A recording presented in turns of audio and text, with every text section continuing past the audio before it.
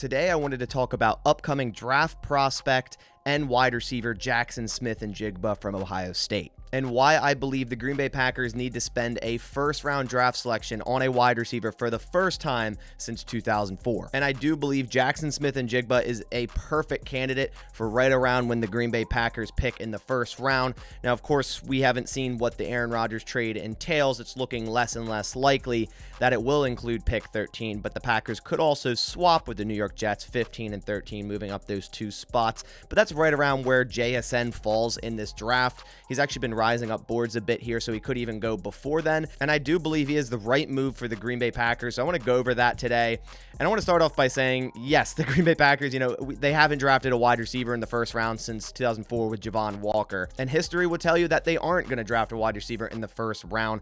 But I keep saying and keep thinking that the moment Aaron Rodgers is gone is the time they will finally draft a wide receiver in the first round to give Jordan Love some help. And the irony of the situation, if the Green Bay Packers do indeed draft a receiver in the first round, is a lot of people have been asking for them to do that ever since Aaron Rodgers took over in 2008. I believe the only first round wide receiver to be on the Green Bay Packers with Aaron Rodgers was Tavon Austin a couple years ago. Mercedes Lewis was also a first round draft selection to the Jaguars, but a tight end. And with the complete uncertainty going into this year with Jordan Love and especially that wide receiver room, Allen Lazard signing with the New York Jets, Randall Cobb hasn't been brought back yet. The Packers are a really young, raw wide receiver room with Christian Watson, who showed a lot of promise his rookie season, and I believe will have a good sophomore season. He'll definitely get the volume. Romeo Doubs, who kind of had an injury-plagued rookie season.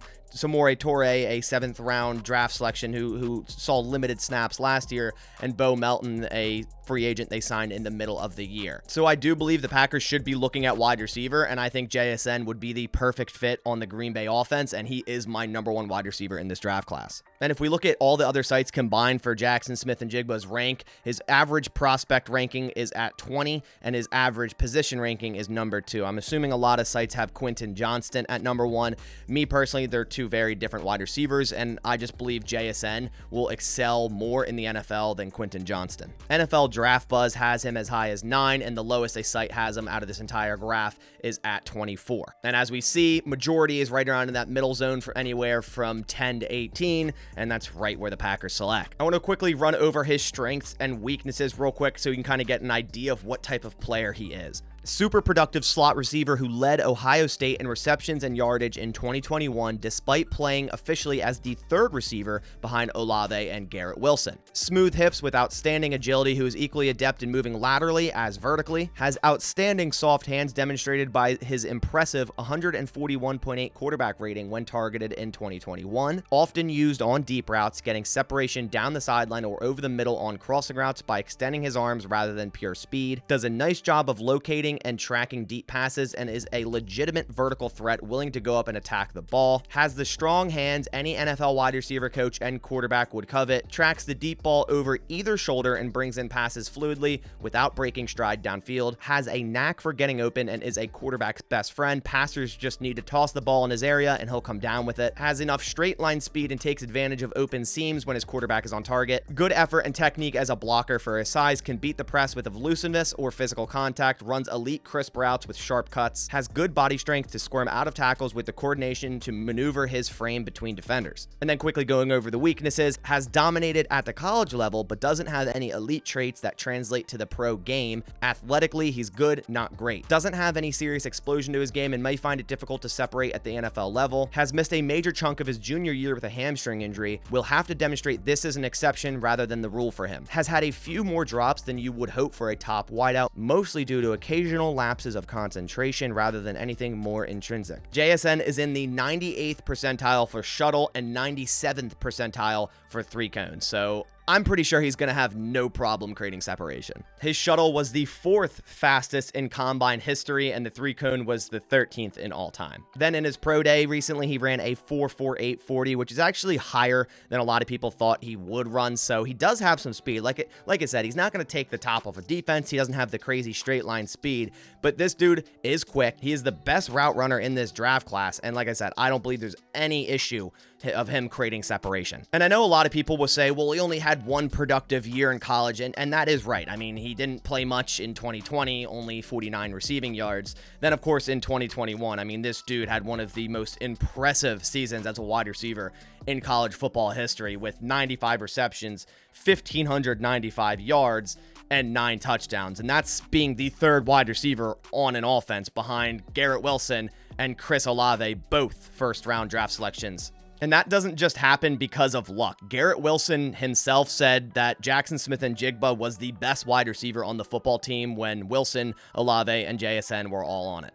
Not to mention during the Rose Bowl when both Olave and Garrett Wilson chose to sit out for that game and JSN was the #1 target, he did more than show up as a #1 target, recorded 347 receiving yards and 3 touchdowns on 15 receptions, averaging 23.1 yards per reception. So it clearly also wasn't just the fact that Garrett Wilson and Chris Olave were on the field taking the good defensive backs and JSN was matched up against someone that was nearly not as good as those guys. That was not the case. He continuously put up insane numbers in 2021. And yes, 2022 was an injury-plagued season for him with the hamstring injury, but I don't believe that's a big reason for concern either. And like I said, I believe he is the #1 wide receiver in this draft class, and I think he would fit really, really well in this Green Bay system. They are really needing a pure slot receiver right now. Randall Cobb hasn't been brought back, and even if he is, how much does he really have left in the tank?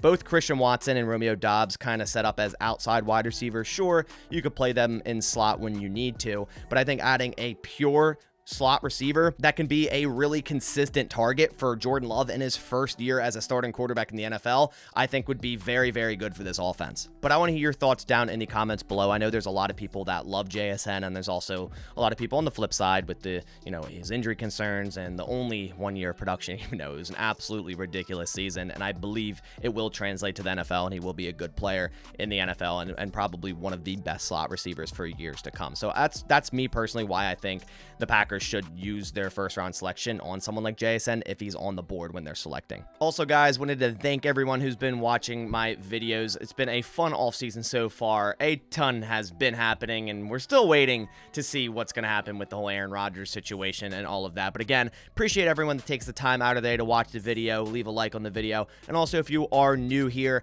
and want more Packers news, analysis, and updates every single day, I post everything Green Bay Packers to this channel, from draft analysis to free agency to the salary cap. I will also be streaming during the draft right here on this channel. So if that does interest you, I would really appreciate if you went down and clicked the subscribe button. Just about 60% of my viewers on the videos actually aren't subscribed. So it would mean a lot to me if you took 2 seconds and clicked the subscribe button to help out my channel. But that about does it for this video. I appreciate everyone watching. Catch you on the next one. And as always, go Pack Go.